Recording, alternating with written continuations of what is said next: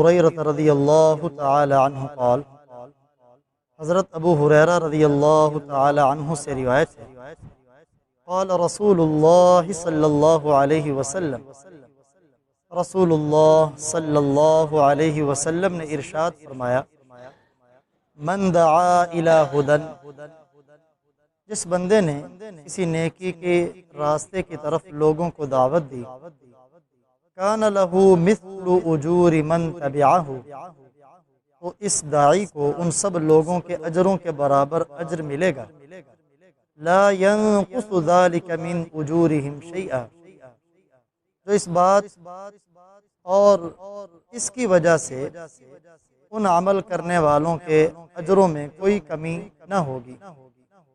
ومن دعا الى ضلالہ، اور جس نے لوگوں کو گمراہی کی دعوت دی، کان علیہ من الاثم، تو اس داعی کو ان سب لوگوں کے گناہوں کے برابر گناہ ہوگا، مثل آثام من تبعہ، ان لوگوں کے برابر جو اس کی دعوت پر اس گمراہی اور بدعملی کے مرتکب ہوئے، لا ينقص ذلك من آثامہم شیئا، اور اس کی وجہ سے ان لوگوں کے گناہوں میں اور ان کے عذاب میں کوئی کمی نہ ہوگی۔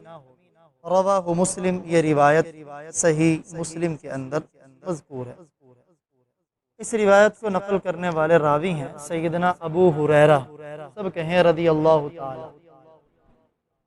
ابو ہریرہ ان کی کنیت ہے، عبد الرحمن ان کا نام ہے، عبد الرحمن بن صخر رضی اللہ تعالی، لیکن کنیت کے ساتھ ہی مشہور ہے، نام کسی کسی کو پتہ ہے۔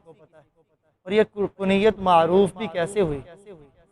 ہریرہ عربی میں ہرتن کی تصغیر ہے، بلی کے بلونگڑے کو کہتے ہیں، چونکہ انہوں نے بلی کے بلونگڑے جو رکھے ہوئے تھے تو آستینیں مسنون یہی ہیں کہ کشادہ اور کھلی ہوئی ہوں، تو بلی کے بلونگڑوں کے ساتھ پھیر رہے تھے۔ آپ صلی اللہ علیہ وسلم نے دیکھا تو فرمایا، یا ابا ہریرہ، تو یہ آپ نے تو ان بلی کے بلونگڑوں کو دیکھ کے کہا، اے بلی کے بلونگڑوں والے، لیکن پیارے آقا صلی اللہ علیہ وسلم کی زبان نبوت سے الفاظ نکلے تھے، اور صحابہ کرام کی محبت انتہائی درجے کی تھی آپ صلی اللہ علیہ وسلم سے، کے بعد میں سیدنا ابو ہریرہ رضی اللہ تعالیٰ عنہ لوگوں سے بھی کہتے، مجھے ابو ہریرہ کہہ کے بلاؤ، کیونکہ اس نام سے مجھے اللہ کے پاک پیغمبر نے بلایا۔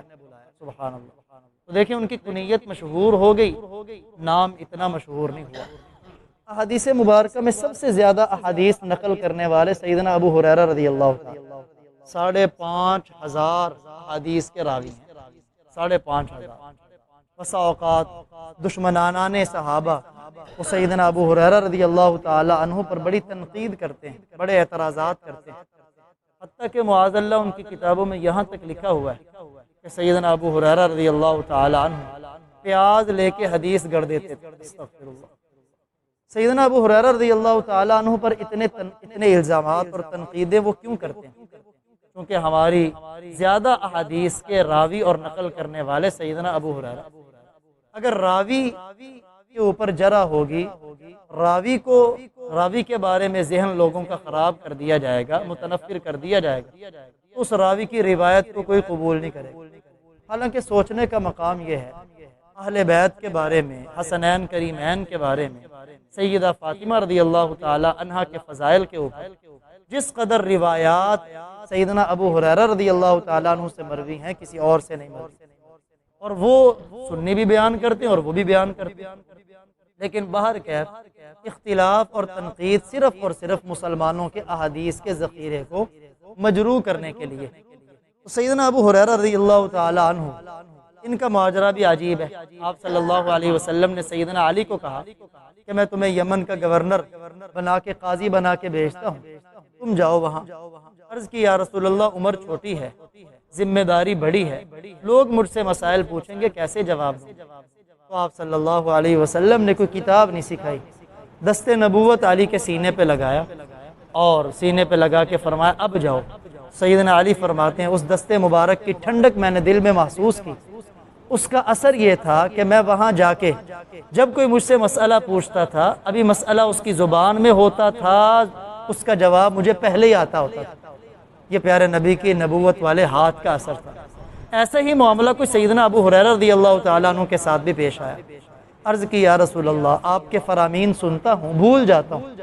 آپ صلی اللہ علیہ وسلم نے اسی انداز میں دست مبارک جو سیدنا ابو ہریرہ کے سینے پہ لگایا، تو ابو ہریرہ کہتے ہیں اس کا اثر یہ تھا کہ بعد میں مجال ہے میں نے کسی کام کو دیکھا ہو پھر ساری زندگی بھولا ہوں، میں نے کوئی بات سنی ہو پھر ساری زندگی بھولا ہوں۔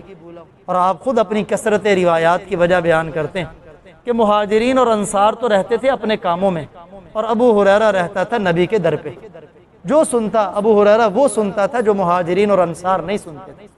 سیدنا ابو ہریرہ رضی اللہ تعالیٰ عنہ اس روایت کے راوی کہ جو آدمی کسی کو اچھے راستے پہ لگائے گا، نیکی کی طرف بلائے گا، اور جس کو اس نے دعوت دی اگر وہ اس کی دعوت کو قبول کر کے اس نیکی والے کام پہ لگ گیا، جتنے لوگ لگتے جائیں گے ان لوگوں کی نیکیوں کا اجر اس دعوت دینے والے کو فری ملے گا، اور ان کے اجروں میں کمی نہیں کی جائے گی۔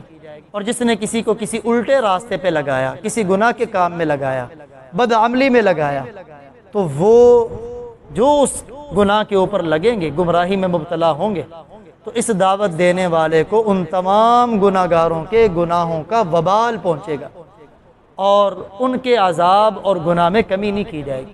اس لیے دعوت و تبلیغ کا کام بہت اہم ترین کام ہے، انبیاء کا مشن ہے۔ مسلمان ہدایت کی طرف دعوت دیتا ہے، اور شیطان کے ایجنٹ اور شتونگڑے وہ لوگوں کو گناہ کی دعوت دیتے ہیں۔ ہم اپنے آپ کو عباد الرحمن میں شامل کریں، حزب الرحمن میں شامل کریں، اللہ کے لشکر میں۔